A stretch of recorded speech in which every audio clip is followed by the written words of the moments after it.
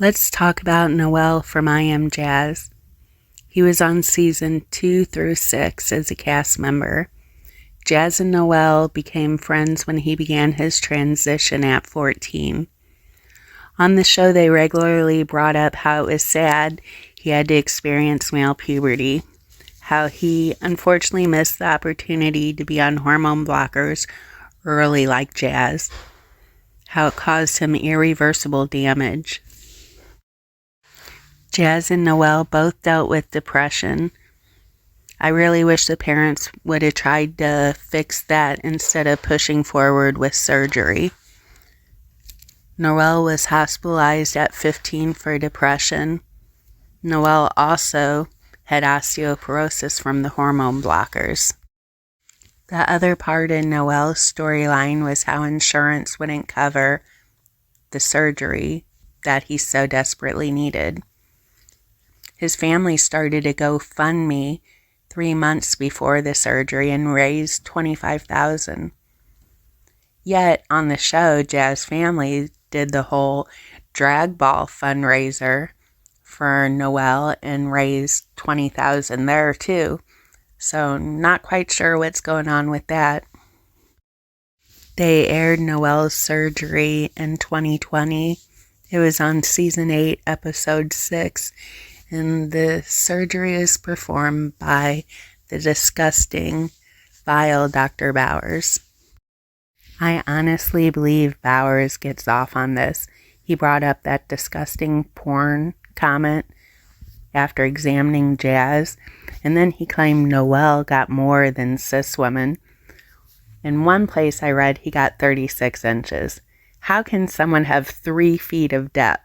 So, I don't know. Just messed up. I basically scoured the internet in every corner to try to find out any information I could from Noelle. I did find some now deleted posts from Instagram and also Tumblr. His posts on Tumblr are pretty disturbing. He said every trans woman who started transitioning between 14 and 23 are kinky, and he was most excited to use a vibrator after surgery. It appears Noelle is an autogynephile. He's over-sexualized, and he has a fetish.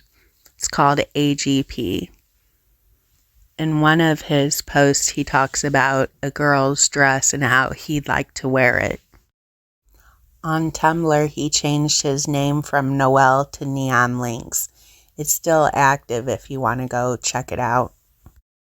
There are people who push back about the ideology he regularly spews. In my opinion, he's very narcissistic and entitled. He now identifies as a trans lesbian, and apparently he moved in with a girl in 2021. There's not a whole bunch I could find after that time. There were a lot of posts that talked about his fetishes and his view of the world. He definitely posts a lot of Karl Marx and Lenin, and definitely considers himself a Marxist or communist.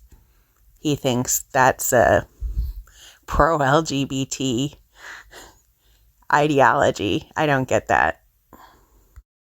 He also had some anime.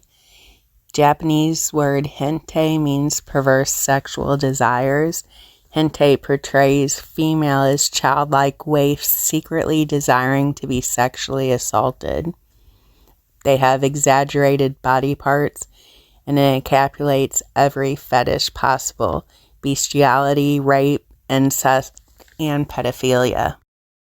His Pinterest posts seem very fetish-like as well. I find it very disturbing our tax dollars are going to fulfill someone's sick, perverse fetish. I find it really wrong. In his post, where he initially comes from a Jewish family, he now claims to be Muslim, and he's a follower of Islam.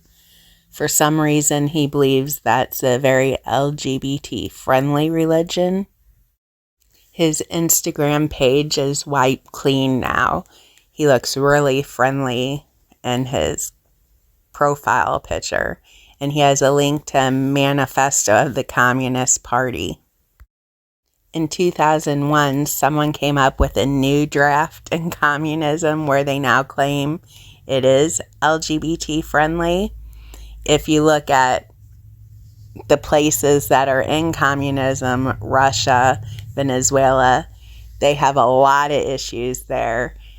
It is not friendly at all. BLM admitted they're trained Marxist, and they actually came out with a book about terrorism. This LGBT movement is a political movement. So is BLM.